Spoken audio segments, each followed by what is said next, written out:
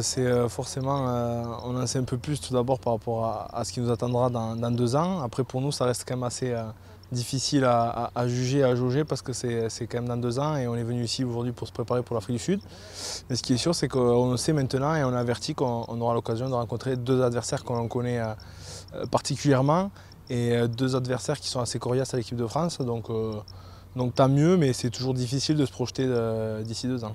Très grosse poule, ça va être compliqué, relevé. C'est sûr que c'est une poule, je pense, de la mort, vu les autres poules qui sont un peu plus ouvertes, on va dire. Nous, c'est dense, il y a 3 équipes costauds qui voudront se qualifier, donc non, ça sera compliqué.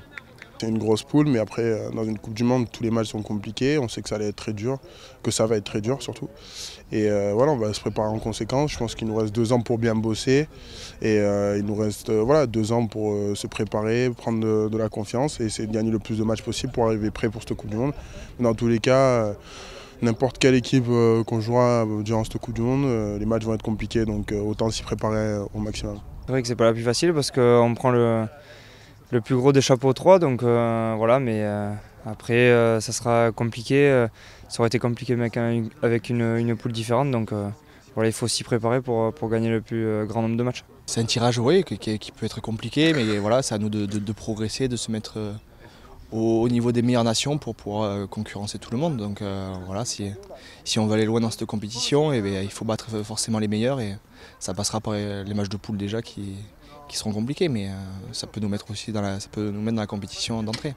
C'est vrai qu'on voit les performances de l'Angleterre en ce moment, c'est l'équipe en forme, donc c'est pas forcément mieux ou moins pire, je ne sais pas comment le dire, mais que la Nouvelle-Zélande ou l'Afrique du Sud, surtout que peut-être qu'on risque de les tirer en quart de finale. Donc voilà, c'est une poule très compliquée, mais je pense qu'on a les moyens avec l'équipe qu'on a de sortir de cette poule. Oui.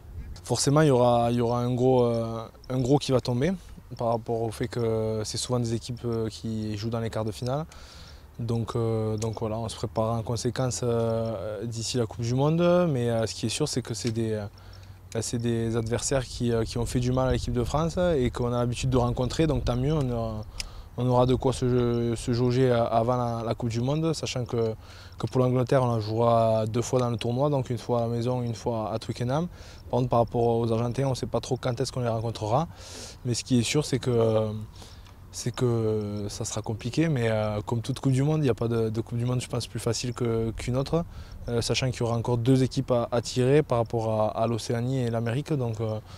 Donc sérieusement, ça sera une grosse poule, mais tant mieux parce que je pense qu'on a besoin de ça aussi pour être sous pression et pour continuer à savoir où on veut aller et notre marge de progression à l'évaluer.